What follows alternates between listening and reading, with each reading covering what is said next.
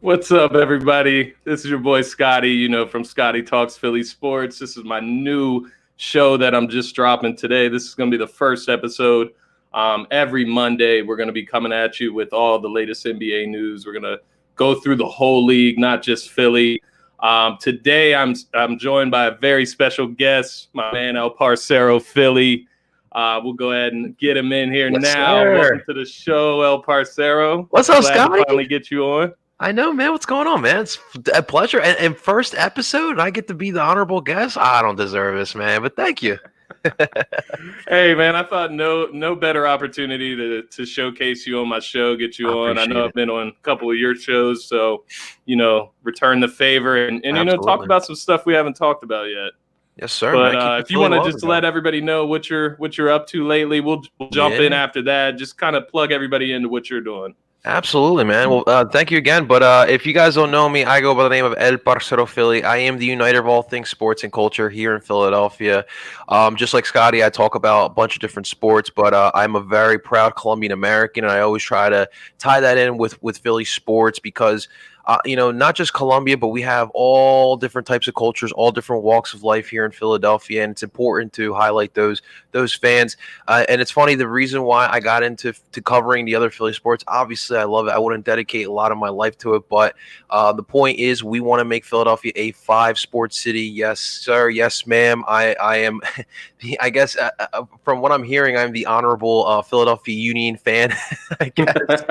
But no, the point was, not only to highlight the other cultures and like just the beautiful people of Philadelphia, but I want this to be a 5-sport city, and by talking about the other sports, just trying to normalize it as much as we possibly can.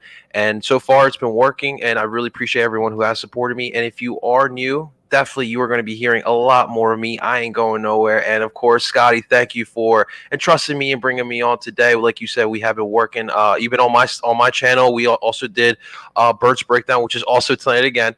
But this is great. Like, I said it, like we both see Philly sports eye to eye. We agree on a lot of things.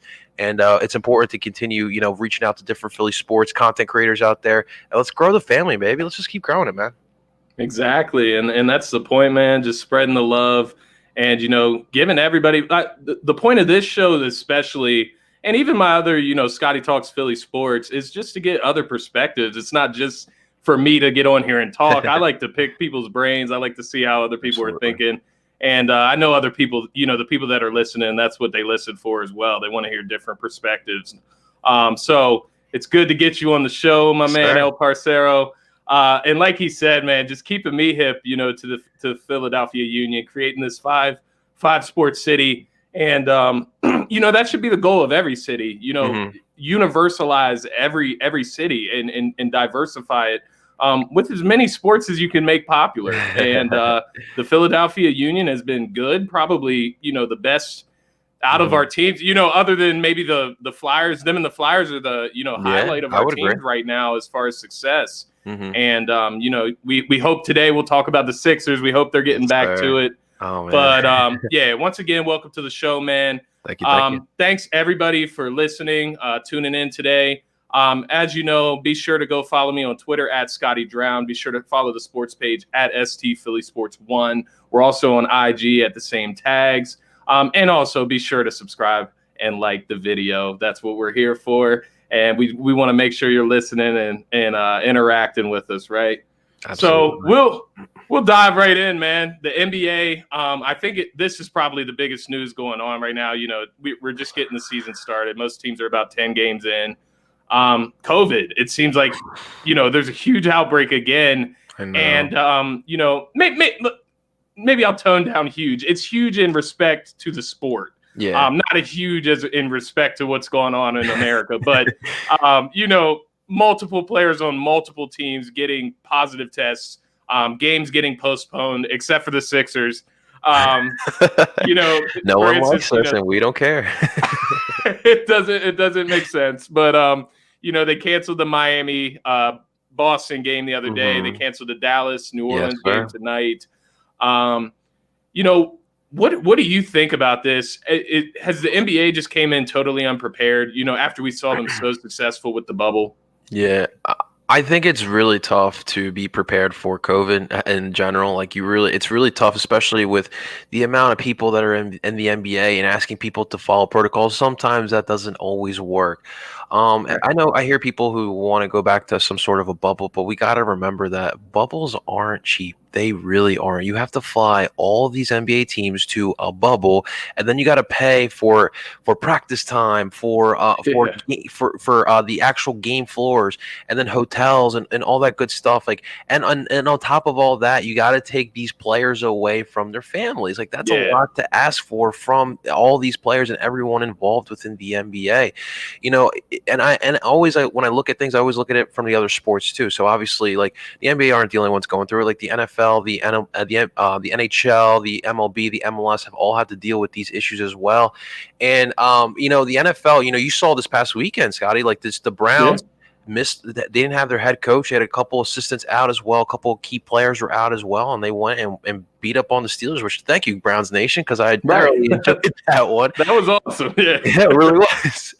But you know, everyone's gonna have to deal with these obstacles, and for these teams, you're gonna have to figure out a way to get through it. Continue, you know, preaching, practicing, you know, safe hygiene. You know, make sure you wash your hands. Try not to get, you know, engaged with other people, especially, you know, when you have to go back to these, you know, clubhouses to practice and whatnot. So it Right. is really tough. Of course, it wouldn't be Philly sports if the Sixers didn't get hit the hardest, especially in a year where we're so high on the Sixers. And of course, the NBA doesn't want to postpone our games, which is it's hilarious, to be quite honest. No one likes Yeah. us truly, and we really don't care. But it's really a tough situation for the NBA, and I think you're just going to have to keep going through it. You're going to have to keep going through it.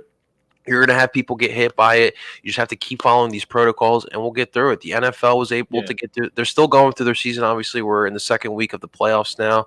NHL had a bubble too. The MLS, it was weird because when they came back to regular play, they were at the end of the summer, and the season ended in the beginning of fall.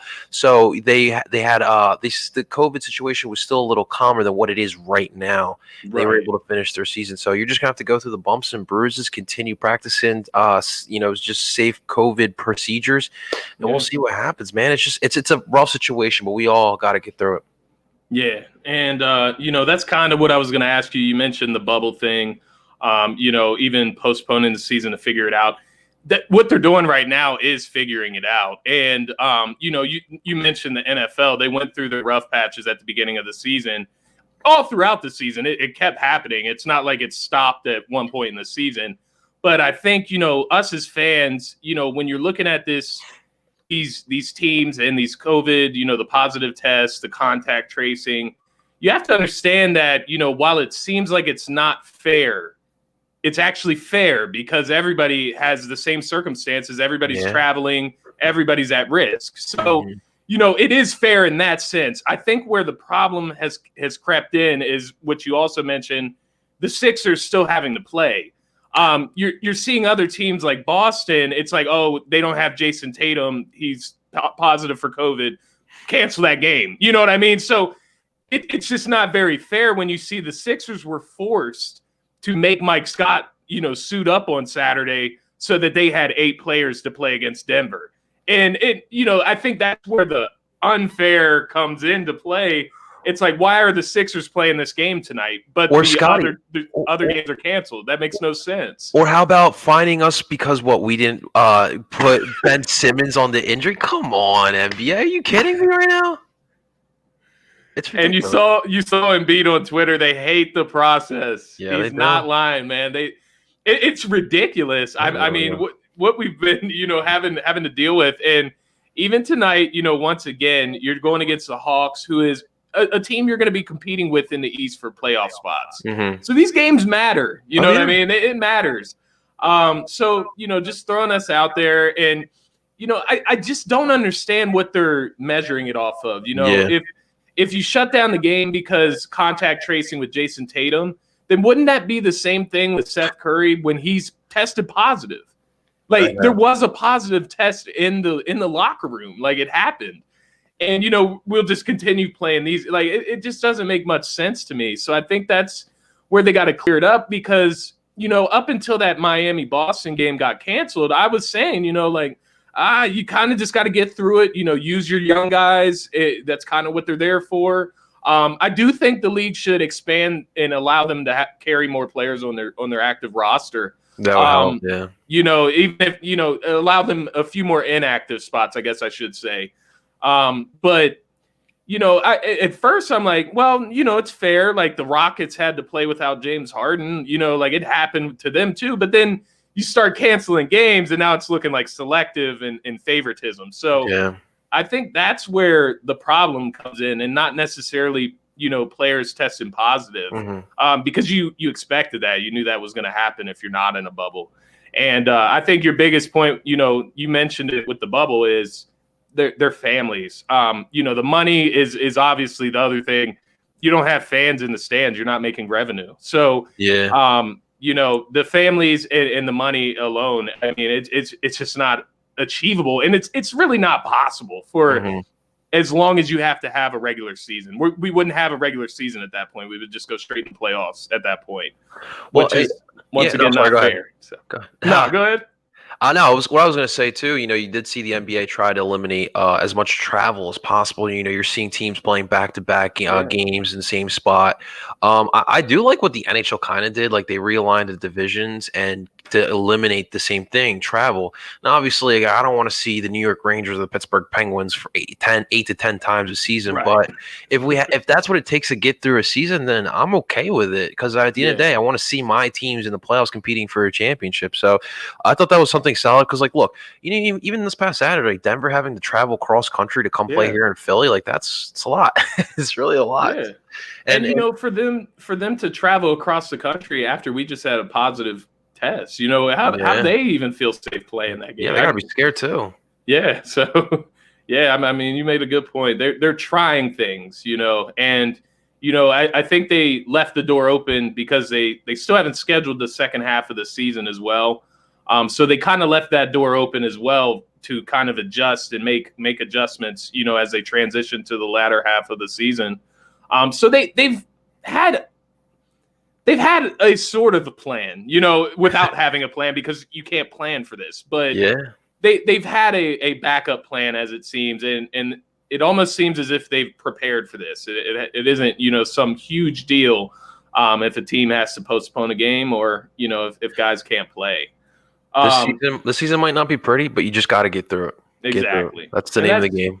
And, the NFL players, they said the same thing. They complained. The head coaches complained. I mean, it just happens. It seems unfair, but everybody is risking the same thing. Everybody's playing around the country. So you can't really complain too much when you're just unlucky at the end of the day. That's what it comes down to. With that being said, we mentioned the Sixers.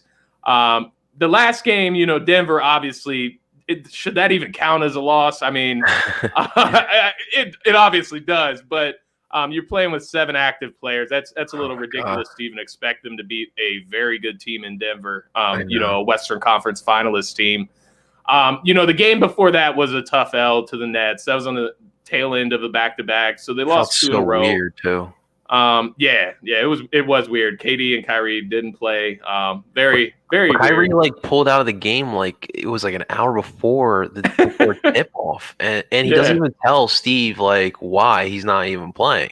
I get it. Last week was a crazy week as an American. We went through one of the most embarrassing moments in our history. But you can't even open up to your coach yo coach, I'm not right now. I can't suit up.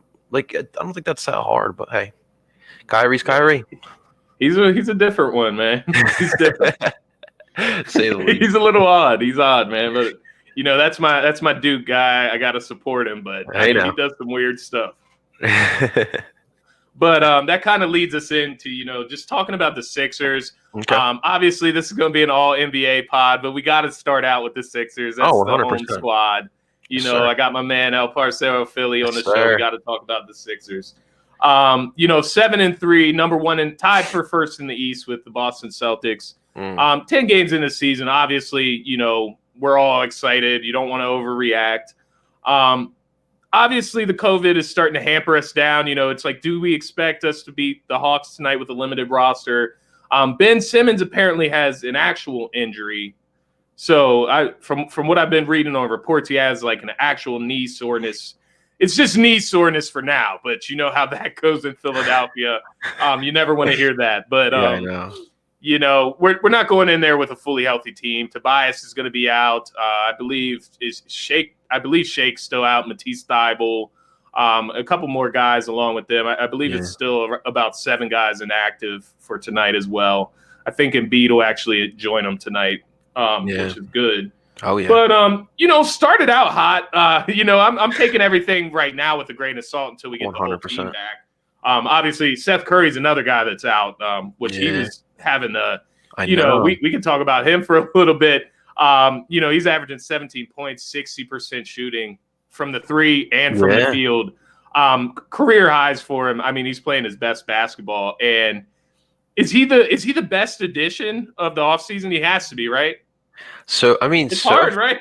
Yeah, so I mean, I guess so far, you know, we've only seen them in a handful of games, you know, 10 games. We haven't seen Seth in the last 2 games, but I would, you know, it's for me, it's tough because obviously, you know, a rookie did ball out in the last game, and you know, who knows what can happen later on down the season. But I think right now, as I look at it as a whole, Seth Curry not only brings to us what we were dying for last year, right? He brings that sharpshooter that we've been dying for, and you know, you constantly hear Joel, you know, talk about his relationship with JJ Redick and on and off the court, but you know, that pick and roll game that was so crucial, and that's what we want to see with Seth and Joel. I think that's going to happen down the line, but I have to agree. Like Daryl did a fantastic job of trying to retool this roster to try to fit our star players, and Seth is the integral part of it.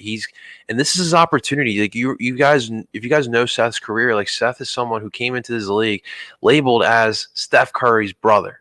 And he had to work his ass off, and he's developed every single year. Last year, he was a role player for Dallas, and now he gets his opportunity to be a big integral part of a team competing for a championship. And I think he's taking full advantage of that. You know, he knows that he is a sharpshooter. He can shoot from anywhere on the court. And I think, honestly, the last game we saw of him against the Wizards was the best I've seen from him. Like I think he was 6 for 7. He was accurate, and that's the important part. We need efficiency. We need efficiency. And if he knocks down those shots, Toby's going to continue doing what he's been doing. He's been playing fantastic thus far and early on in the year. I think Danny's going to come around.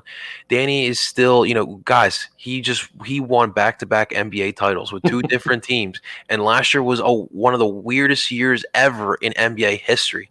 And he just had to get his legs under him, and it's going to take some time. Obviously, this COVID stuff doesn't help us, but I would have to agree. Seth Curry has been the crucial signing thus far, man. Yeah, man. And you know, I had to bring Seth up. He's a Duke boy as well. So I always have to let that know. Maybe I'll create like a button where I can just flash like Duke and the NBA up on the screen. But no, Seth's been amazing. You mentioned Tyrese Maxey. We will definitely get into him a little bit later. Mm-hmm. But yeah, and you mentioned Toby, and you know, this is what pisses me off the most about this COVID thing right now, is that you're totally interrupting Tobias in the middle of his groove. And you hope that he can come back. You know, in my mind, I'm thinking, you know, maybe he's just playing better because he's playing with a coach that he respects more, a coach that knows him better, and puts him in the right situations, tells him the right things to do. You know, you can see it in his decision-making. He's decisive. He drives to the rack. You know, he makes these decisions quicker. He's not thinking about everything he's doing. And I mean, that highlight of him dunking over who was it? Bismack Biyombo.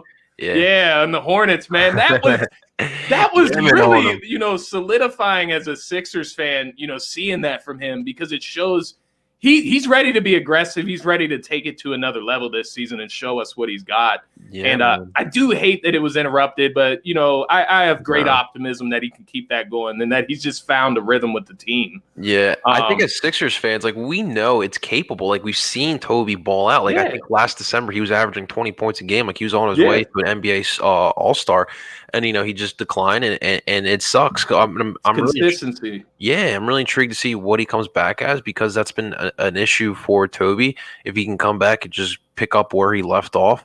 But yeah, man, for him, it's just It's just more reacting. Stop like thinking so much. And we know how intelligent he is. He's probably the smartest person on this team. But sometimes, just have a feel for the ball, man. Have a feel for the ball. Play your game. Yeah, Don't worry about it, and trust everyone else too.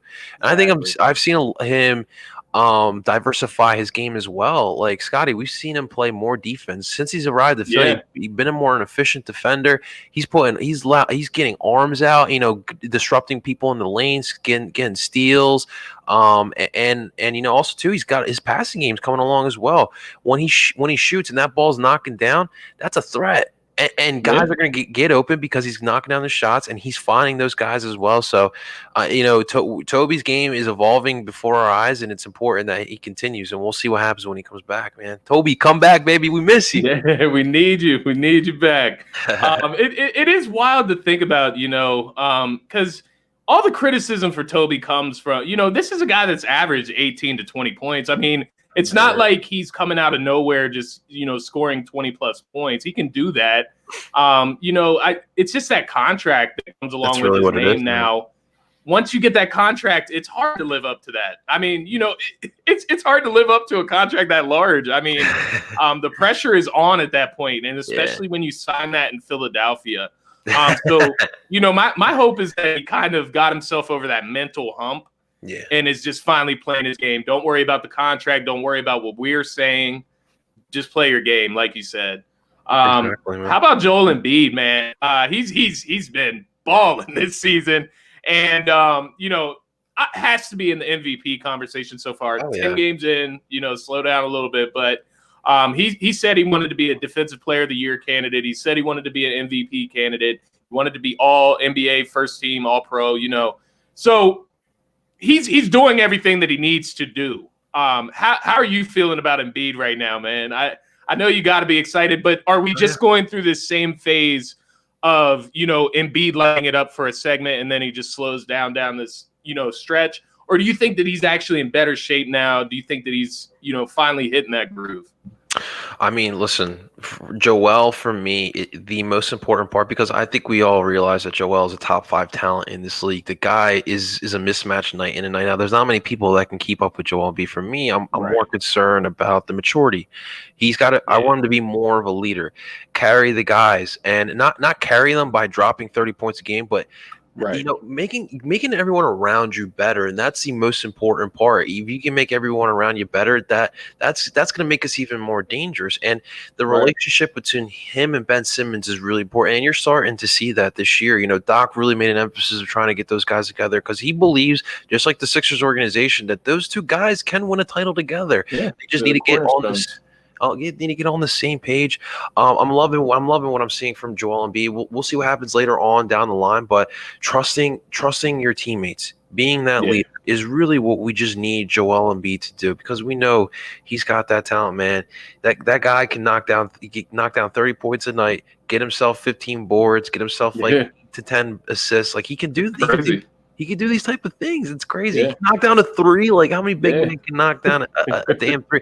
But I look at him from over the last year. Like even we look at the issue with Karl Anthony Towns. Remember, the going to Twitter. It was a wild night against Minnesota last year. Yeah, that was a really wild night. But. We remember Joel and his antics on social media, the trash talking and whatnot. And this year, I just feel like he's more focused on the game. He's more focused on the team. And that is really important as well. Like, I love that Joel Embiid. And come playoff time, talk a little smack to some of these guys. Come talk a little smack to these guys. But I always say it's always more important to show with your actions. Do the talking on the court. And that will shut everyone up, man.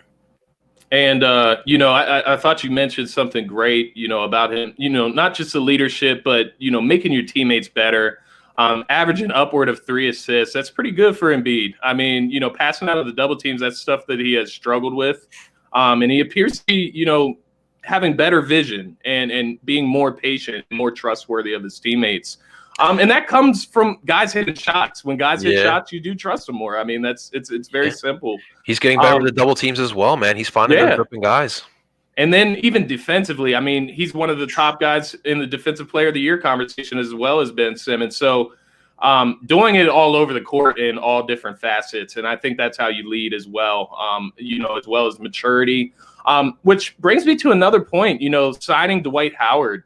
How much do you think that has helped Embiid in that part of his game as far as leadership and maturity? Scotty, he is what we thought Al Horford was going to be, right? And much cheaper. 1/16 of the price, literally.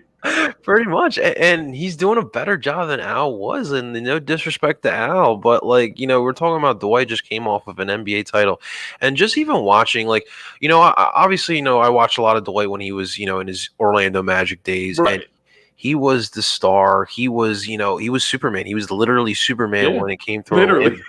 Literally. And then, he went to LA. It was a mess. He went to Houston, and, it wasn't really memorable. And then there was this period where he just, was that veteran that was bouncing between team to team. Like, he was in Atlanta for a season. He was in Charlotte. He was in Washington for a season. It's like, dude, Dwight Howard really died off. Then goes back to LA and starts working with LeBron. And then I think the Kobe death really affected him. We all know how that relationship ended, and it didn't end well. And I think that he realized, Kobe just wanted me to be the best. He wanted to win. Yeah, and he realized that.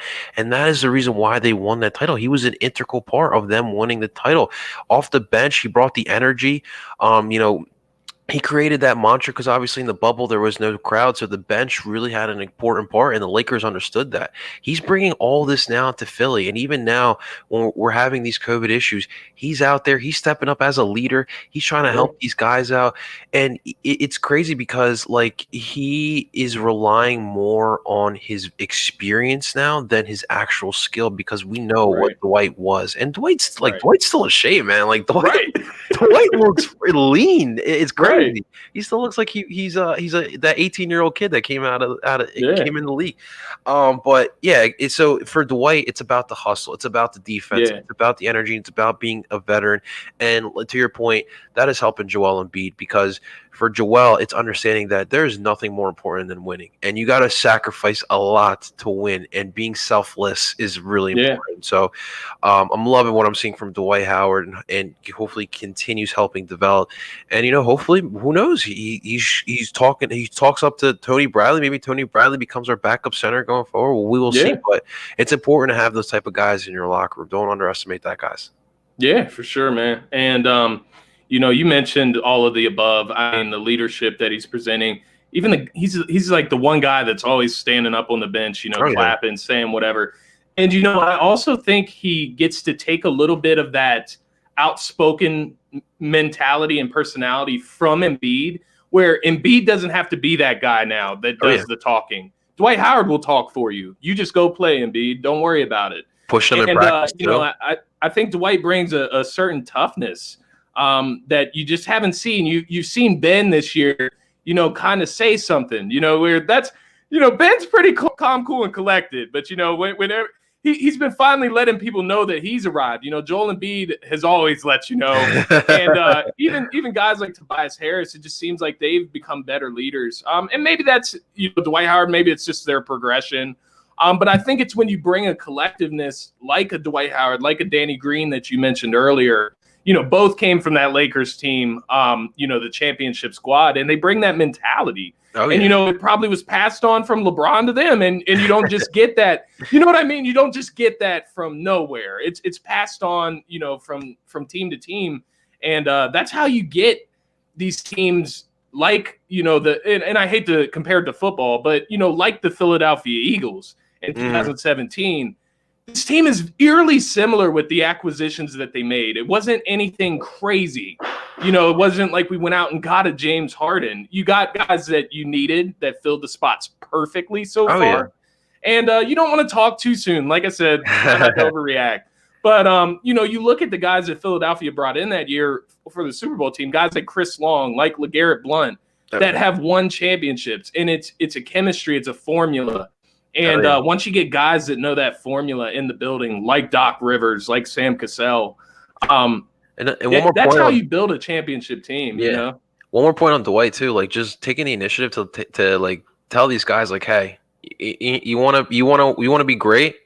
You Yeah. know, Kobe was taking shots after practice, Yeah. and he's taking Ben, he's taking Tease, he's Yeah. taking Isaiah, he's taking Shake. These guys are now staying around after the game, just 1 hour. All it takes is just 1 extra hour. Get those shots in, Right. and you're gonna be that much better the next game. Him taking that initiative is absolutely huge, man. You can't say it enough how important Dwight's been. Yeah. And love that signing. Love all the acquisitions, over the offseason so far, which now we can finally talk about. Well, before we move to Tyrese Maxey, I do just want to throw Shake Milton in there. Shakes look Shake, good. baby. And Yeah. when guys are out, he can really step up and fill that scoring void. I love what I've seen from Shake so far. Six man of the year, give it to him. Yeah, that's what I'm saying, man. He's a candidate for most improved player. He's a candidate for sixth man possibly. So just keep an eye on Shake as And well. But it's crazy. Like Doc in that game. Remember when Shake dropped? Was it 40 or 30 points in it was LA? like 39 points.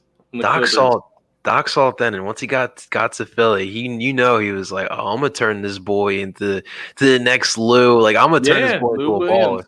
And it's working so far. And his development, it's crazy. Like the development of a lot of these guys under Doc, it's been remarkable. And I love Brett Brown. You know, a lot of people know me. Like I was a big Brett Brown lover, but Brett Brown had some flaws, and I understand that. And Doc is a respected voice. Guys won in this league. He's done a great things in this league, and you're seeing what he's doing here with the Sixers. And hopefully this does translate. We won't get too far, but hopefully it does translate. Yeah, exactly. And you brought up a good point. We don't want to get too ahead of ourselves. So we'll kind of cut it there. But I did just want to touch on Tyrese Maxey. Sure. Not only for the Sixers, but just a young prospect in the league. The 21st pick overall in this just this most recent draft, and he's showed all the way up. Dude, specifically the latest game. Shooting close to 50% from the field, I believe, in this past game against Denver. 39 points? 39 points, man. 39 40 points some minutes for a rookie. Ridiculous. In a game where you have 7 active players. I mean, I've been thoroughly impressed with this guy. You saw flashes in, those couple preseason games. The minimal minutes that he's been getting. You look at this guy, he's averaging 10 points per game, 2 assists per game. Only 18 minutes per game. So he's a guy that you may see those minutes increase, and you should see an uptick in his production as well. But, the thing that excites me is his ball handling. He can really handle the ball. He's a point guard. He's a true point guard. And I love his little floater down the lane. That is such a beautiful shot. I wish Ben Simmons had that in his arsenal, but, we won't even go there. How do you feel about Tyrese Maxey, man? Because I am actually thoroughly excited about this guy. I mean, first off, Scotty, can we say he's the steal of the draft so far? Yes, I mean, easily. I can't think of anyone else that's been balling the way he has. And look, we've been critical of the Sixers, and I think Sixers when they pick in the top 5 of the draft doesn't always turn out well unless it's Joel Embiid and Ben Simmons. But as of late, those guys know to draft later on in the draft. Like we just had Tyrese Maxey, Matisse Thybulle last year. Landry Shamet was a solid prospect as well. I mean, we're not going to talk about Zaire Smith, but you're talking about 3 solid players that they're playing really well in the NBA right now. And when it comes to Tyrese Maxey, like you nailed it. Like he's a point guard. He's that shifty guy. He knows how to get to the lane, and he's starting to find his jumper. I think it could still be improved upon, but they're falling. So you got to be happy with that. You mentioned the floater, like that's really important. But for me, it's about the intangibles. And when Doc Rivers goes to Tyrese Maxey and's like, look, Ty, we're out 8 players, and we're only playing with 7 players. You're starting, and we need you. And Tyree's like, bet, goes out there and doesn't make excuses, balls out. And the thing is that you heard Doc Rivers saying before the game, like he's not really gonna be too worried about the score. He's gonna be doing more coaching, and you love seeing not just Tyrese but Isaiah Joe, all these guys getting those valuable minutes. Before that game, the Nets beat us down with a lineup that they used last year because Kyrie and KD were out. And those guys took 2019. They finished seventh. I think they were the seventh seed in the NBA ball. Seventh. But that year was so valuable for those guys. And now the Nets this year have 2 starting NBA caliber lineups. These next, if the next couple games we're not going to get our starters, these guys are going to go in there, are going to get valuable minutes, and are going to improve because they're playing some hardcore NBA minutes. So for guys like Tyrese, guys like Isaiah Joe, even Paul Reed. Like, these are valuable minutes. Don't take these for granted. And Doc is going to be coaching these guys up, but Tyrese, I didn't expect him to get a crucial role on this team, but we're 10 games in, and this guy is going to be a crucial part of us going far in the playoffs. It's crazy, man. And you brought up a good point about roles on the team, and it's kind of crazy how it has worked out. We're almost at an influx of guards. You know what I mean? Like, we're trying to find minutes for Tyrese Maxey, our first-round draft pick, because obviously we have Danny Green, we have Ben Simmons, we have Steph Curry, we have Shake Milton. So you got to find those minutes for Maxey. Mm-hmm. And I think you find those minutes by moving Ben Simmons around a little bit. You can put Ben Simmons out there with Maxey at the same time because Maxey can hit shots. You mentioned it. He does have a little work to do. That shot looks a little bit more of a push shot.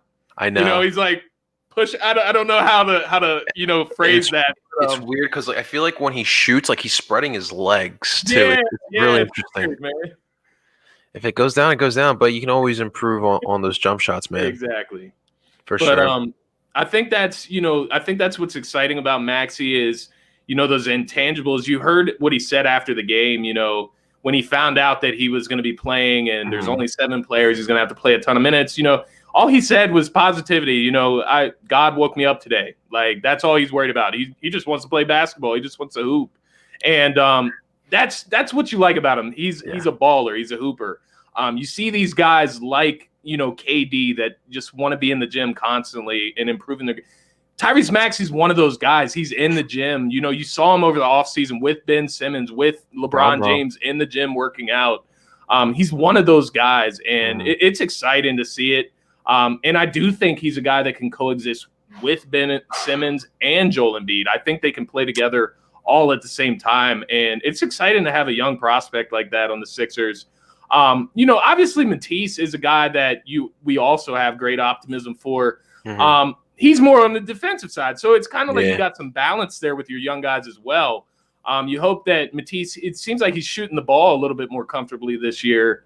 He's letting it fly. So that's good to see. If he can just become the 3-and-D guy, that would be great. If he can become more, then awesome, even better. Bruce Bowen of this team.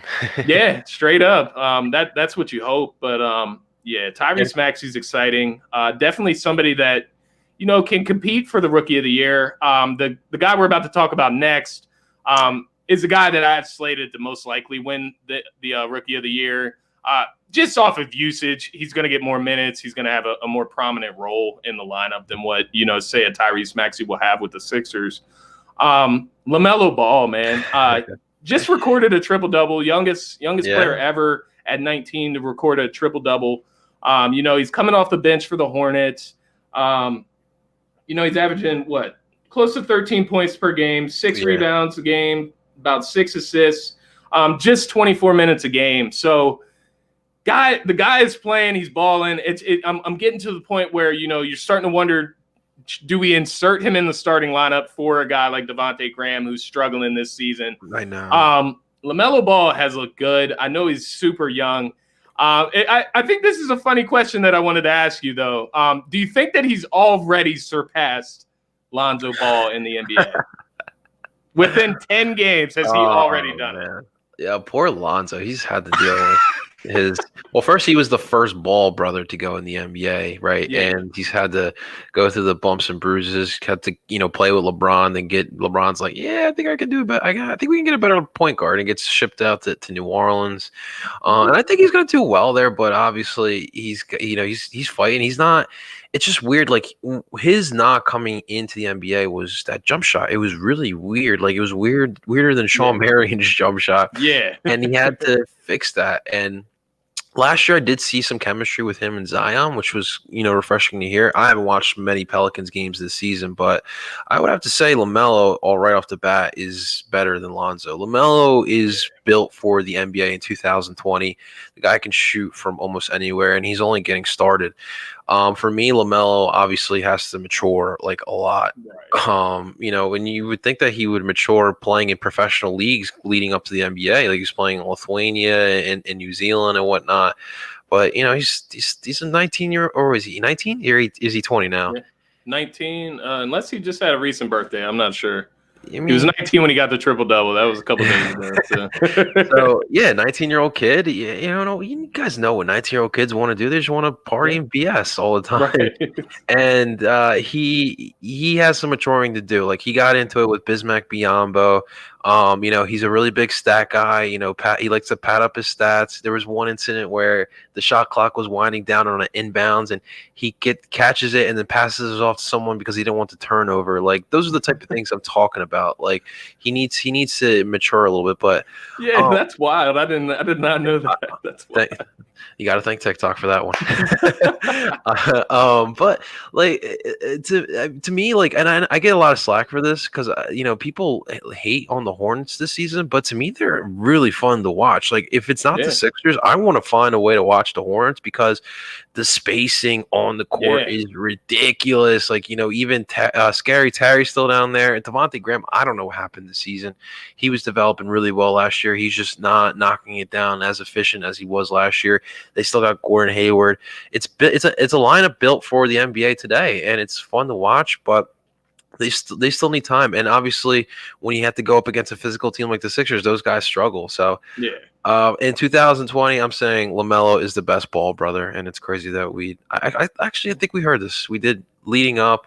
I always heard LaMelo's going to be the best ball brother, but of course I wasn't going to believe it. But he's the best ball brother right now.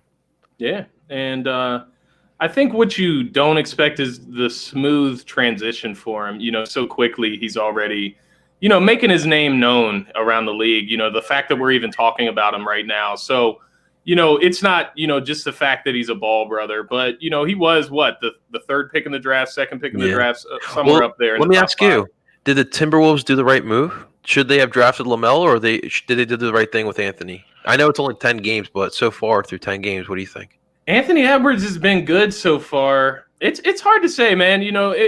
How much have they invested in a guy like D'Angelo Russell?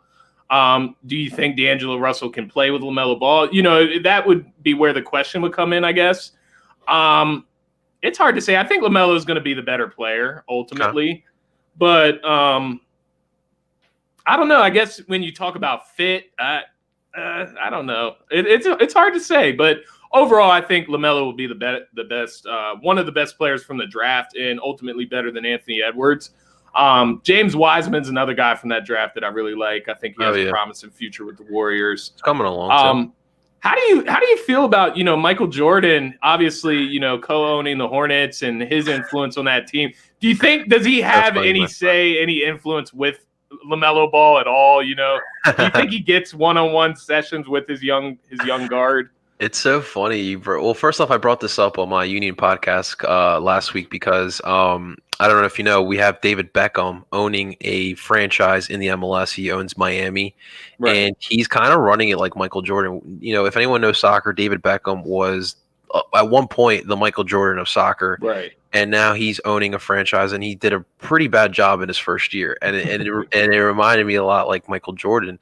And how funny is it too? Like, LeVar Ball was talking all this crap on Michael Jordan. I would have beaten LeVar, or I would have beaten Michael Jordan in my heyday. And now he's got LaMelo on his team. Look, I got my opinion on Michael Jordan as the executive because he's got to be. It's crazy. He's the best basketball player of all time, but he's probably the worst basketball general manager of all time. I've never seen anyone do that ever. But no, I definitely think it is valuable, and I don't know how Michael is as an owner. I haven't really seen him interact with his players other than Kemba. But if I'm Michael, give him some of those experiences. Tell him some of Yeah. those stories. Like that would be really huge, especially for some of these guys who are just trying to improve. Like, Terry Rozier. I've been high on Terry. At one point, I did want him on the Sixers, and he could really use some of that insight that Michael Jordan Yeah. has. So. We'll see. We'll see. Obviously, Lamelo's going to be in Charlotte for the next couple of years, but it'll be interesting to see what Michael can do with what looks like to be a generational talent down in Charlotte. Yeah. He's finally got one. Yeah. Finally. They lost Kemba, and they finally got somebody that looks to be that transition piece that can get them to the next level. You know what I mean? Scotty, I will say, because you and I are big hip hop heads, we love the sneakerhead culture. The only good thing that Michael Jordan did was rebrand Charlotte and bring back the Hornets, because let's face it, like that is one of the best like marketing tactics. Yeah.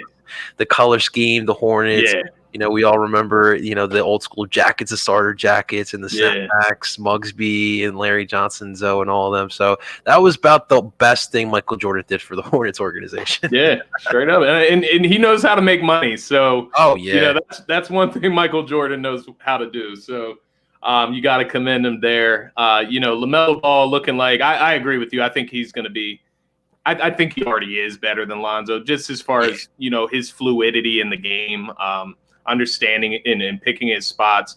Obviously, like you said, every 19-year-old needs to mature a little bit.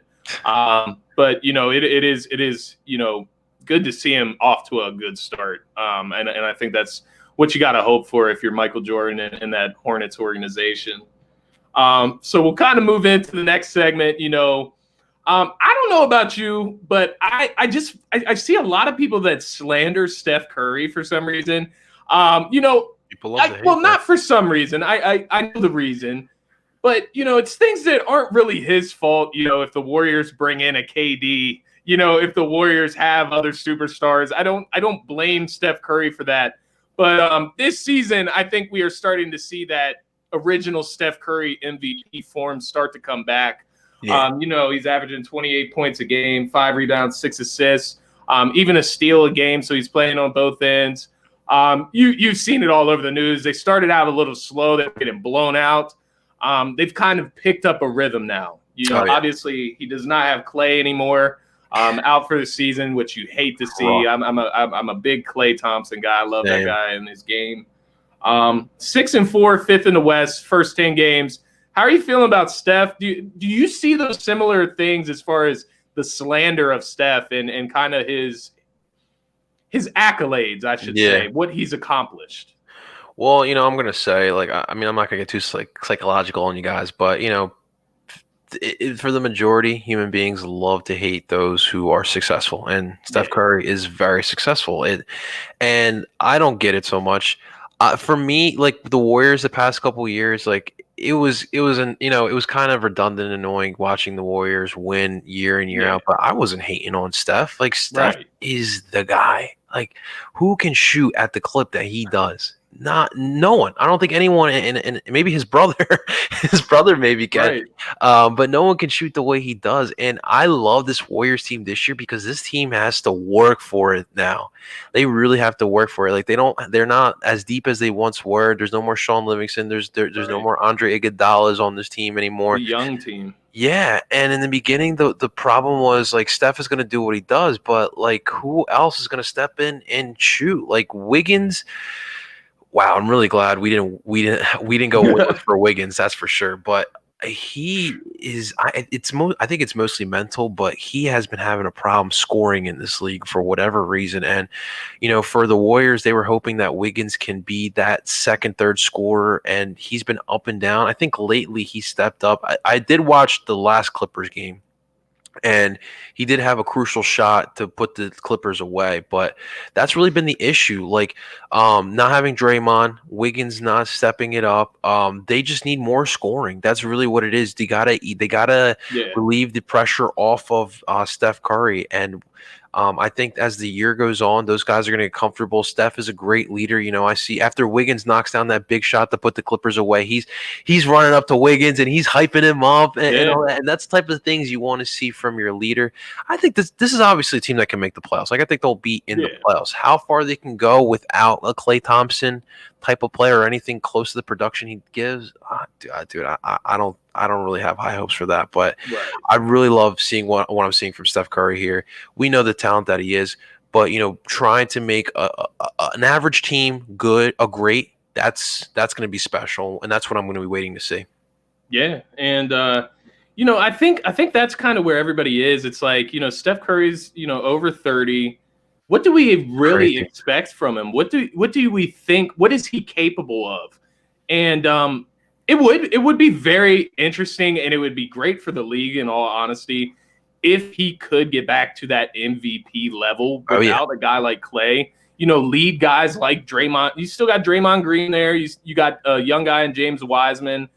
Get the best out of Andrew Wiggins, get the best out of Kelly Oubre. If he can do that, make a run, you don't have to get to the finals or anything like that. Just make it competitive against a team like the Lakers or like, the Clippers of the world, the Nuggets of the world. If you can get into the playoffs and just have your team competing, that's a good sign for the Warriors, especially, you're looking at Clay. He'll be back next season, hopefully, So, that would be a good sign for the Warriors and good for basketball if you see Steph playing at that high level. The crazy thing about Steph for me is just, you kind of mentioned it. He's changed the game and, just shooting from way beyond the three-point line. As soon as he steps across half court, he's within range. And, it's given players a new look at the game. It's changed it to the point where the three-point shot is more analytically acceptable than the two-point mid-range shot. I mean, Steph Curry has created this optic that, it's better to get three if you're not going to go for layups. So true. I mean, the Rockets live by Steph Curry protocol, literally. Their whole game plan was based around it, three-pointers and layups. I know. If you're not making a layup or dunking, then take the three-pointer. It's not worth it to take a mid-range jump shot. That's crazy. So it's crazy what Steph has done to the game. They created small ball. Yeah, exactly. And I just wish he would get more respect for that. Like you said, it's the same thing with LeBron. People hate on LeBron. People hate on KD. It comes with greatness. It's going to happen. But it is just interesting because I do feel that Steph is more of like a relatable guy for us. Yeah. He's a smaller dude. He's not the most athletic guy just dunking on everybody. But obviously I don't have that shooting touch at all. But he works his ass off, that's for sure. Yeah, he works his ass off, and it would be interesting to see them in the playoffs this year and just competing. It's good for the league, I think. No, of course. And, even too, like, we have this positionless basketball too because of what you just said. Everyone's predicating on the three. And, if we have a four that's, 6'6", but can shoot the lights out, then we'll put them out there and start them at the four. Exactly. And you said the Rockets too. The Rockets traded away their center and said, "Screw it, we're gonna have 5 guys that can shoot out there, and we're gonna run it with this." And they ran into the Lakers. Yep, exactly. Even big guys are shooting now. We mentioned Joel Embiid. Big guys are shooting 3 now. And they're not scared to do it. Joel Embiid's kind of perfected it, but I mean, I don't even think about that yet because I'm not ready for Steph Curry to retire, but. When it comes down to it, like Steph Curry's legacy is like he changed the way we build basketball teams. Yeah. And it's a lot has to do with what the Warriors have done over the last decade. And we'll see if they can win with this cast. Then, oh my God, he will be. I think I'd have to put him over Michael because with get this team. I mean, to get these guys there, I might have to put him over Michael. And Michael is untouchable in my opinion, but damn. Yeah, because I mean, to your point, we don't expect him to do it. You know what I mean? We don't expect him to win a championship, but if he's able to even just get to the Western Conference Finals with this team, I mean, that's pretty remarkable. That's pretty remarkable. 100, man. And that we'll kind of leave that at that. The last thing I wanted to talk to you about before we get into a few of your favorite players, your top guys in the league. There's been a lot of talk. Zach Lavine, Bradley Beal, James Harden. James Harden, it's been going since the offseason. He's demanded to be traded. Obviously, he wants out of Houston. Bradley Beal's a guy that seems pretty loyal to Washington for some reason. I don't understand it. He's I leading don't the league either. in scoring right now. He's dropped the 60 burger on our heads the other I night. know. And, I'm not – it just seems like a lot of talent going to waste there in Washington. And then, of course, Zach Lavine, he just had, a couple big nights in a row recently with Chicago, another team that's doesn't have the greatest outlook right now. Do you see any of these guys – first of all, do you see, if you're these teams, do you let these guys go? And if you do, at what cost? Because, do you see this happening for any of these three guys? Yeah. First of all, I'll speak on the Sixers side of it, but I do think the Sixers are a dynamic three away from being, the Eastern Conference favorite. Yeah, I agree. I think one of those guys could fit that role which I'm talking about, but I think the Sixers are looking for a deal that will work on their. You don't want to give up too many of the players on this team because I think what we have right now is good, but we could use that one good piece to make us great, right? Right. Now when it comes to these players like James Harden, to be completely honest with you, I know. Listen, it's no secret. James Harden is a scoring threat night in, night out. The guy can drop 40 with his eyes closed. Right. But to me, I always say character is more important to me than skill. The way James Harden has handled the situation is something I don't want to relate to my team. I don't want that. I really don't want any parts of that. Because imagine, he comes here the first year, great. We're in the finals. We win it or we lose it, whatever. And then a couple years online, he doesn't like something about the Sixers. He doesn't think the Sixers are good enough. Then he's going to pull the same things that he's doing in Houston right now here. So I'm not really on board with trading for James Harden. And it's going to be you're going to have to get a lot. You're going to have to give up a lot in order to get James Harden. The Bradley Beal situation is very interesting because, like you said, he's very loyal to the Wizards, and I respect him for that. In today's NBA, in today's NBA culture, teams or players are leaving like if it's nothing. It's crazy. Yeah. And I think though, if you're Washington, you're gonna get to a point soon where you're not gonna have a choice because I don't know how much longer Bradley can take of this. This kid is averaging 35 points a game in this season. He is balling on another level, and they are still losing. They traded for Russell Westbrook. I didn't think that was going to be any better than what John Wall was going to give you. Yeah. The supporting cast is just not stepping up. Rui Hachimura, I feel like he's taking a decline. Davis Bertans hasn't really been as consistent as he was last season. He's got the jumper. He just doesn't have consistency. And Thomas Bryant, he's like a knucklehead. He just tore his ACL too. So oh my God. Gone. There you go. Yeah. There you go. But so he's gone. So that team is at the bottom. And, before we let the James Harden point go, go ahead. I think, as a Sixers fan specifically, you have to ask yourself at this point, are you ready to give up Matisse, a package surrounded around Matisse, Maxey, a couple first rounds, or, Shake Milton or Ben Simmons in there as well. It's going to take a monster package like that in order to get that deal done. And are you willing to basically salvage your future for, this 1 to 2 year window with James Harden? Specifically those guys that I mentioned there, Maxey, Thibault. Obviously, if you're doing if they're willing to do Maxey in a pick or something, you might want to take that. You know what I mean? Oh, yeah. Take this shot right now. But a mixture of those guys, no, I can't do Ben and enough. It would have to be Ben and maybe a draft pick for James Harden. It can't be Ben, Maxey, and Thibault or Ben and Maxey together for Harden. Yeah. I can't give up, a 24-year-old Ben or a 19, 20-year-old Maxey, a 22, 23-year-old Thibault. It doesn't make sense to me, unless you are, because I guess the way I'm looking at it is longevity. You're looking at Ben Simmons and Joel Embiid, and you're like, well, who do you think is going to last longer in this league? And I think, if you're going by Joel Embiid's window, then maybe you do want to go that Harden route. If you're going by Ben Simmons' window, I think you stick with this youth movement that we have going on here while we still have the cornerstones to compete. Yeah. The situation with Beal, it is very interesting because, he even recently came out and said, I'm loyal to Washington. Like, I want to make this team good. I know what we put in at practice.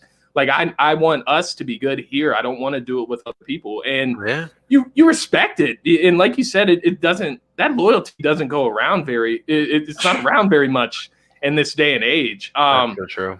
So you respect it, but, similar to the way we were looking at Devin Booker, which, kudos to the Suns. They're 7-3 right now. They're balling. They picked up Chris Paul this offseason. Yeah. But, we were looking at him the same way. Maybe that's what Beal's hoping for, is that Washington can turn it around in that, similar fashion. But, you hate to see guys' careers wasted on, meaningless, especially when it's like a 7th or 8th seed and you're just on the brink of the playoffs, kind of out at the 9th seed or the 8th seed. That's a waste of time. You're not going to go anywhere at that seed in the East, especially. It's kind of what we saw with Kemba Walker in Charlotte, man. We saw all those years he wasted in there. It just really sucked. It really sucks to see. I do think, though, Scotty, the last guy you mentioned, I'm still intrigued with Lavine. And I think that's going to be a cheaper price tag than what Beal and Harden are going to command. And I feel like he's just like a good situation away from just tearing it up. Like, I don't know what's going on in Chicago. Like, they are in a standstill. Weird. I liked what they were doing 3 years ago. I thought they had like a good young nucleus going, and they didn't have the right leadership in place. And they're kind of just letting that young talent just rot in Chicago. Yeah. Lavine is someone I think he's the piece that we could be missing. I really do. That's someone I would be intrigued with getting. He's a guy, that will get you 20 to 25 a night. Exactly. But he is capable of getting you 35 to 40 he can go off at any moment. So, similar to the way people look at James Harden. James Harden's obviously a little more consistently scoring in that 30-point range. Lavine is, a tier below, a tier or two below. Still, the Sixers don't need the best player, to come to their team. They just need, like you said, one more piece. And, this isn't to say that, what the Sixers have isn't championship worthy. We don't know yet. We've seen, but what we've seen from guys like Lavine, Beal, Harden, these guys are proven. And you've seen this. You don't know if Steph Curry is going to be able to keep up this efficiency. This is the highest mark that he's hit in his career. You know what I mean? Obviously, you hope that they can. You hope that they can keep playing at that level. You hope that Embiid can as well. But, those guys, I mean, I think as we get closer to the trade deadline, you'll see those teams get a little more antsy. And, especially the Rockets. I think they're the ones whose hands are forced the most, I think, out of the three teams. Whereas, like you said, Lavine is probably the cheapest price tag, or the least you'll have to give up as an organization to get one of these guys. So it'll be interesting as we get to the trade deadline. And if, James Harden, if they start winning games, will he kind of settle down and, settle back into place, or will he just keep up, wanting out? So it's hard to measure, but I think you explained it very well. All three of those guys they score at a clip, and it's crazy. The good news is that we have Daryl Morey, who is he's a negotiator. That man can wheel and deal. So if we want to get a trade done, we got Daryl for that. So we'll see what happens, man. And I definitely do think they're going to try to see what they got with this group. I do too. I do think that as well. Other teams to watch out for those guys, teams like Boston, Miami. They're guys, those are teams that are just looking similar to us, just one piece away. And, I'm sure there's some teams over in the West Coast. We don't have to get that deep into it. But, but that's, you just said it, like Boston, us, Miami. I think we're all in that same spot. I think everyone right now is, listen, Brooklyn fully healthy. That is the best team in the Eastern Conference. We saw it. So I think we're all trying to find a way to close ground with those guys because for right now, in my opinion, I think Brooklyn's got the path for the finals. So we got to find a way to break that gap. The only reason I wouldn't see Brooklyn get into the finals is just because it's their first year playing all together. That's the only reason. Steve Nash's first year coaching. And I'm not saying that they can't. That's the only reason I could see them failing. And KD, one of my favorite players, and just borderline unstoppable. If that when he's on, it doesn't matter who's guarding him. It doesn't matter how you guard him. There's nothing you can do. We saw him do it to LeBron. I mean, in the finals, in the biggest stage. So, hey, this guy, they call him the Slim Reaper, whatever, the Durantula. This man is a monster, and he's the best player in the Eastern Conference right now. Until guys like Joel Embiid want to step up to that plane. Yeah. I know Giannis is still in the East. I also have to add. He's also part owner of the Philadelphia Union. Yes, sir. That is a good. Hey, nice. I like that. I like that. That's a good point, man. I know everybody was excited when he bought part of the team. It brings a little excitement to the Union. Just keep adding to that momentum. That was a great point. I do have a media pass with the Union. And once I started heard the rumblings, oh man, I lost it. I lost it. Seeing the press conference with him, like it's crazy. And obviously, like the Sixer fan in me was like, "Yo, so KD, how about playing in Philly?" I feel you. Get closer to your soccer team, man. Yeah, man. No, I love KD, and man, same. Talk about it one piece away. I mean, that's a championship squad, right? Oh my God, yeah. Well, let me ask you too, because we're fashion guys here too. What were your thoughts on the throwback Nets uniforms against us? The little sky blue Johns, like the kind of like almost tie dye type of. I was kind of like the red lettering. Man. Yeah, I was kind of messing with those. I like it, man. Especially I like to think of things as something that I can wear, off the court. So like, I think especially when you take the shorts away, like the matching shorts, I think the jersey itself is very dope. That bold red lettering is very dope and very Brooklyn-esque, Yeah. It very much symbolizes, the vibe of Brooklyn and New York. Yeah. So I definitely like those jerseys. I know they were getting questions, same as our city editions. We're getting questions. I like ours as well. Obviously, they're not like these, but I like the new jerseys. I thought the point with the city editions, not to make the exact same thing, but something that gives you a similar vibe. And right. I like the vibe that the Nets jerseys gave there, and they performed well in them. I know. Embarrassed us. So. I thought they were nice. I guess I get reluctant. So, like, are you going to bring back everything that New Jersey did? Like, are you going to bring back the old New Jersey Nets Jason Kidd jerseys? Like, those jerseys are hard too, man. The navy blue. Yeah, I did mess with that. I would like to see the Sixers bring back. I think Barkley had the jersey, but when they had the stars like coming down like as a diagonal, it was like a red. I wouldn't mind to see those. Obviously, like there's so many great like Sixers jerseys that we had in the past.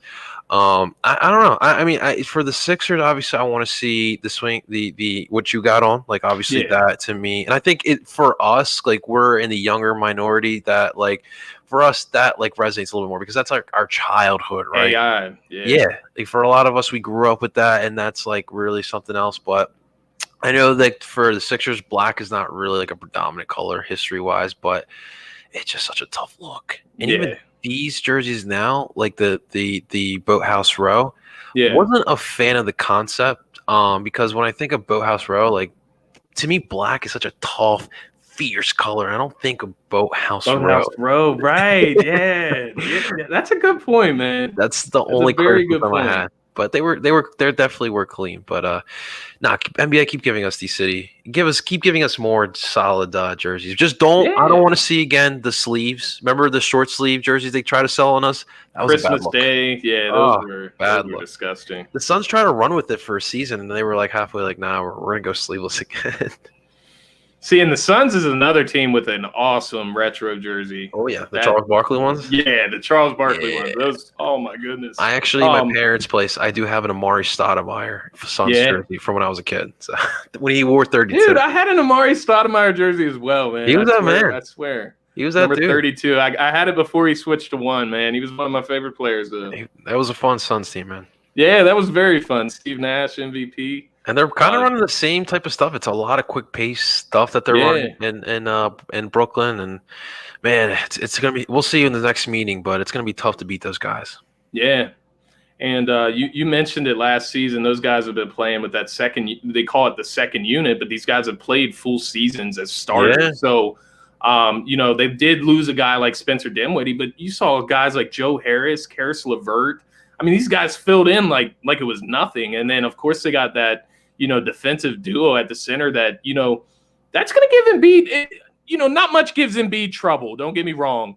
Embiid has his way with mostly everyone. But, that double force of Jared Allen and DeAndre Jordan is definitely a high task for Embiid. And it'll tire you out when they're just switching them back and forth. Oh, yeah. It's going to be important. Dwight's going to have an important role when we play those guys again. But, Jared Allen, he, to me, fundamentally wise, is really good. Like, his offensive game is not fully there. He's annoying, man. He's annoying to play against. But even, like, I remember seeing the one sequence where Dwight and him were battling out on an inbounds, and Dwight was right up on him. And Jared Allen's so smart. He's like, okay, ball gets inbounds, and he right off the bat releases and runs right to the net. And like, he's just so smart, and that's going to be really tough, really, really tough to stop. Those guys are relentless. Joe Harris was actually someone I really wanted the Sixers to just throw the money at. Like, you imagine Joe Harris with this lineup. Oh my God. But yeah, it's going to be definitely tough. I think Joel on a good day can win those matchups against Jared and DeAndre, especially with Dwight giving him that backup. But it's going to be a fun matchup when we're both fully healthy. Yeah. I think, ultimately, if it ever does come down to that, that matchup, you have to just hope that Ben Simmons steps up to the challenge and, plays aggressive. We didn't talk about him either. I know. That's a whole that's a whole podcast episode. That's a whole episode, man. I swear, because I'm a huge Ben Simmons guy, but I want more. You know what I mean? Exactly. I want more, and more. But I'm sure I'll get you on again. We'll talk about Ben Simmons all you want down the stretch here. But I did, before I get you out of here, I know you got to get to the Birds breakdown. No worries. I wanted to get your top 5 players in the NBA. You can do playing right now as they're playing, or you can just do your top 5 guys. It's early in the season. Who's your top 5 guys in the league right now? So currently, it might be a little bit biased, but I'm going to start from 5 down to 1. So at number 5, I do have my boy Joel Embiid. Yes, ladies and gentlemen, I got Joel at number 5. 4, I got Bron. I think Bron still got a lot left, and he's still playing really well. At 3, I got the mismatch that is Giannis Antetokounmpo. And at number 2, I got AD. AD has taken another level, if that's possible, with LeBron by his side. Yeah, and then number 1. Yeah, number 1, I can't not put Kawhi at number 1. That guy still is fearless. I still have that last-second shot against Toronto in my head, dude. Like, he's still that guy. And I know what happened in the playoffs last year. I don't think it was all his fault. But, yeah, I think, to me, he's still the best player. I just mentioned AD with the step that he's taken. Giannis is just a mismatch. Like, he's too fast for big man. He's too big for guards. Like, how do you even stop that? I think the jumper can still be improved upon. But to think of where he was in 2013 to now, that it's ridiculous, absolutely ridiculous. I mean, Bron is one of the best players of all time, and Joel is another mismatch. I think, to me, my opinion, Joel is the best center in the league, and I think that in the small ball NBA, there is still a role for a center like Joel Embiid, and that's why I have him at 5, man. When he's on, dude, there's no one stopping him. No. Yeah, and I think Joel Embiid, similar to another guy that I would mention here, Nikola Jokic. Those guys are having those seasons. So far the way they've started, they're having those seasons to solidify them in the top 5, top 6, top 7 players. Up there with the likes of a big man like AD. AD has kind of set the standard there with LeBron. Obviously, he's playing with LeBron.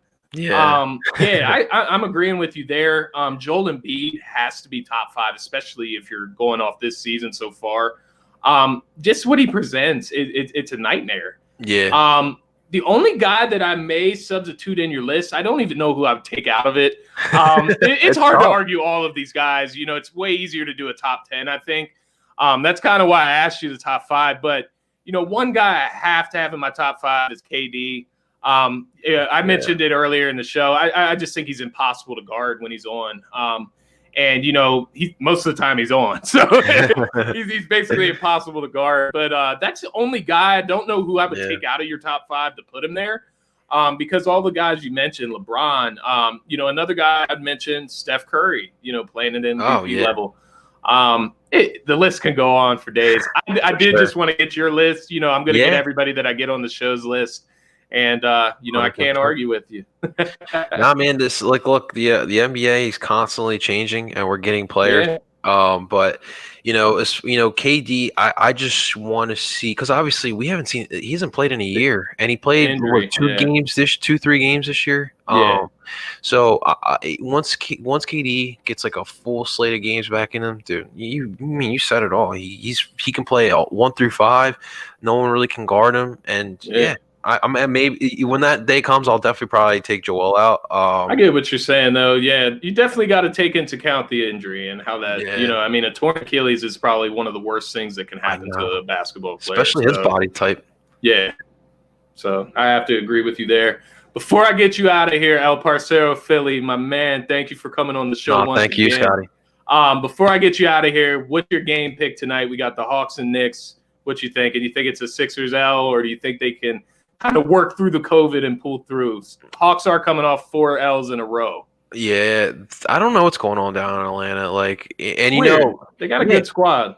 Yeah, and you know, Lloyd Pierce is our guy, right? Yeah. And I want to see him succeed down there. I don't know if Trae Young is smelling himself too much. I did hear that he got into it with John Collins, and John is supposed to be another cornerstone of that franchise. Yeah, John Collins is nice. Yeah, and I just don't know what is going on. Like, there's something not clicking right now with Atlanta. And I actually did predict this. I thought a lot of people were giving Atlanta love, and I love what they did in the offseason. But sometimes teams are just they move the process too quickly. I think that Atlanta still has developing to do to think that they're going to go right into the playoffs. They were like the 3rd worst team in the NBA last year. Yeah. For them to excel into the playoffs, like Trae Young had to take a big step, not just his performance, but as a leader. Like, people need to remember that stats, skill set, that's great, but leaders really what get the job done. And Joel tonight really helps the chances. If we can get the same effort we got against that stud Denver team, I really like our chances, Scotty. Like, I really do. I think we can win this game. So I'm going to say we'll win. I want to say Tyrese was not happy that they lost. Like, that's great. He dropped 39 points in you know, his first start in the NBA. But he wants to get that dub. So I could see Doc's had a night to rest, night to look at things over, get these guys ready. Joel back tonight. I like my Sixers tonight. I really do.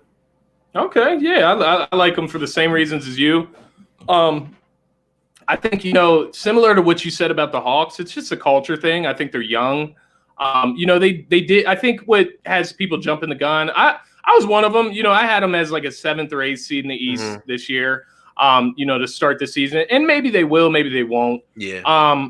But, you know, I think people started jumping the gun. You know, they brought in guys like Rajon Rondo, Gallinari. You jump in the gun, they're bringing in veterans. And I think, to your point, they kind of jumped the gun themselves, bringing in guys like that are going to kind of take minutes away from your young guys, where you should be getting Cam Reddish these minutes, DeAndre Hunter, all these young guys. You should be getting them in the game. And you don't want Rondo taking minutes from those guys in a year where you guys aren't winning the championship. You know what I mean? So I think you made a good point there. I think it's a culture thing, and you just hope that Pierce won't be, you know, the culprit guy to fall on the sword there. But yeah, I'll go with the Sixers tonight. I think they're going to play hard. I think Embiid's going to give us one of those games. And I think Maxey will show us in more minutes, more production once again. I like Isaiah Joe tonight too, Scotty. I think I like Isaiah Joe tonight as well. He dropped 13 against Denver. He shoots with confidence, man. And he translated that straight from college. He's not a guy that's scared to let it fly. I want to see what he does tonight, man. It'll be big. It'll be big. Yeah. Should be exciting, man. Yes, sir. Go Sixers. We can play the song, man. And, you know, one other thing I wanted to point out there, everybody needs to stop picking on Sixer Sadie. I thought that was pretty ignorant that, you know, it came out, you know, people were hating on her for playing the piano, playing the same song. It's the Sixers song. Like, I didn't get that. So I did want to just point that out. You know, let her alone. Let her do her thing, man. Just support positivity. Come on, Philly. That's all we're about, man. City of brotherly love. Let's help each other out. She's doing something great. It's something positive. Like, come on, guys, we're better than this. Come on. Stop hating on those who's bringing a good light to our city. Exactly, man. But I'm going to let you get out of here, El I appreciate it, Parcero. Scotty. Thank you once again for coming on the No, show. thank you, man. Everybody, be sure to follow this man on TikTok, Twitter, Instagram. He's providing the content. It's entertainment. It's beautiful. It's Philly. And be sure to give this man a follow. If you want to show your throw your tag out there, go ahead, man. Yeah, it's a little complicated, some of these social media platforms, but no, on Twitter, at Parcero Philly, Instagram at LEL_Parcero_Philly.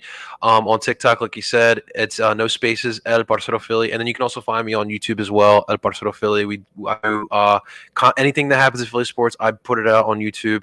We got content on all 4 of those platforms. But Scotty, thank you so much, man. It's a pleasure. You know, I love working with you. We see eye to eye on a lot of things.